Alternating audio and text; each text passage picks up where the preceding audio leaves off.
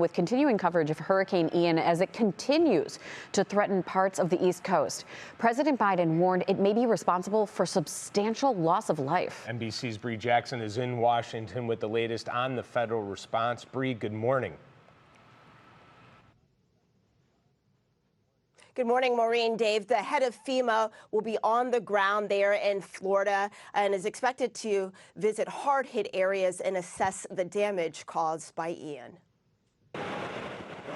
A revived Hurricane Ian makes its way north this morning after tearing through parts of Florida and causing catastrophic damage. I literally watched my house disappear with everything in it. Right before my eyes. Officials are assessing the aftermath, estimating 250,000 Floridians were displaced. At least a dozen have died. That number only expected to rise in the coming days. This could be the deadliest hurricane in Florida's history. President Biden pledging full federal support for Florida during his visit to FEMA headquarters, approving a major disaster declaration that includes funding for temporary housing and home repairs. Mr. Biden also vowing to work closely with Governor Ron DeSantis on what's expected to be a long road to recovery. However long it takes, we're going to be there.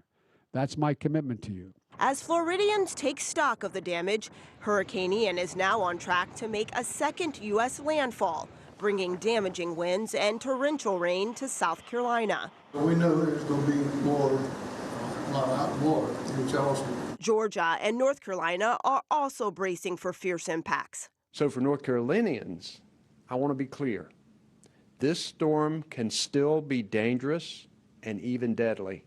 President Biden urging those in impacted areas to heed the warnings from emergency officials, stressing the dangers of Hurricane Ian will continue throughout the weekend. And President Biden is expected to deliver remarks on the federal response to Ian later today and says he will visit Florida once conditions allow. Maureen? And Puerto Rico also suffered major damage from Hurricane Fiona. Will he visit there as well?